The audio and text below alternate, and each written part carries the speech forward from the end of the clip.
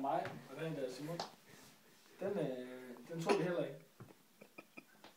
Så er der mit pas,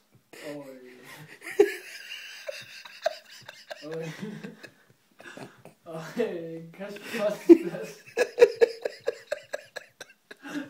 De tog vi heller ikke. Men, ved jeg så, alligevel.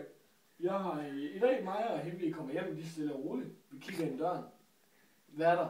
Vi ser Kaspers hoved. Og de har kræfter med taget hans ben. De har støjt Kaspers ben. Jo! Han er, altså...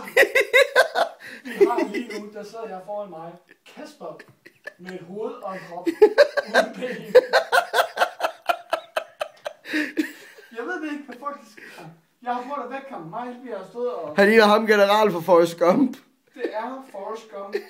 Altså, minus the legs. Og ja... Det er Lieutenant Dan. Men alligevel, jeg kan godt forstå med dig med strap-on og sådan noget. Men ja, for en pige er det sikkert mig. Men jeg tænker bare på, om det lyder lidt, eller det var okay, eller... Hvad så? Nå, har du noget interessant at sige? Altså, jeg har oplevet rimelig meget. Jeg står foran en dværg uden ben. Ja, det vil sige et kvart menneske, som lige nu er sur. Han er mega sur. Han går. Lad være, Kasper. Lad